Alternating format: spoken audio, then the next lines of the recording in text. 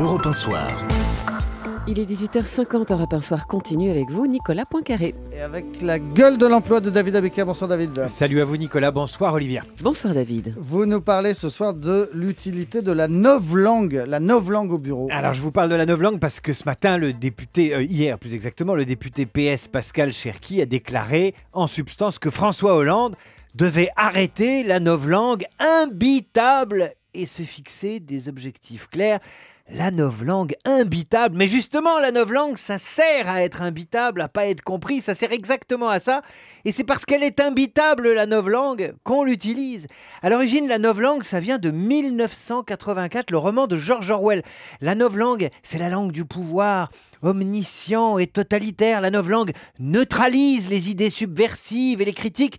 En fait, tous les pouvoirs ont besoin de novlangue, y compris ceux qui s'exercent dans l'entreprise. Et je vais vous donner deux exemples assez concrets.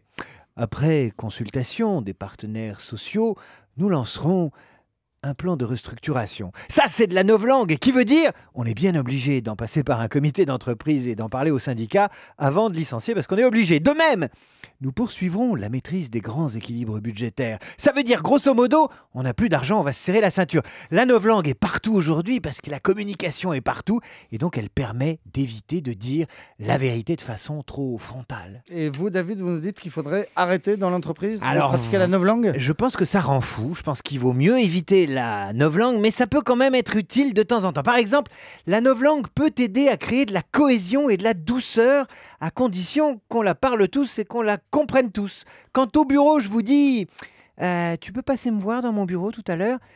Je vous annonce en réalité que vous allez passer un sale quart d'heure, que j'ai des choses à vous dire, 2 ou 3 mots à vous dire. Mais je vous le dis de façon civilisée, plutôt douce.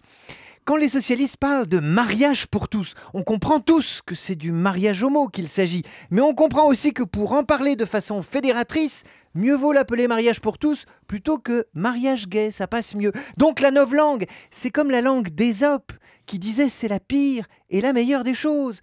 En politique, le contraire de la novlangue, c'est le parler vrai de Michel Rocard. Et un des signes annonciateurs de la novlangue, c'est quand par exemple vous entendez le matin chez Jean-Pierre Elkabbach un politique qui dit il faut dire la vérité aux Français. Eh bien, vous pouvez être sûr que derrière, il va faire de la novlangue. Donc oui à la novlangue quand elle permet de trouver les mots pour avancer et réformer sans brusquer, sans heurter. Inversement, non à la novlangue quand trop souvent elle dit le contraire de la réalité. Pourquoi ? Parce qu'elle crée de la défiance chez les citoyens comme chez les salariés. Pourquoi de la défiance ? Parce qu'un langage imbitable, comme dit le député Cherki, eh bien ce langage fabrique de l'incompréhension, de l'inquiétude et petit à petit de la colère. Alors que pour diriger un pays ou une entreprise, il faut exactement le contraire. L'homme qui parle vrai, David Abiker. Merci David.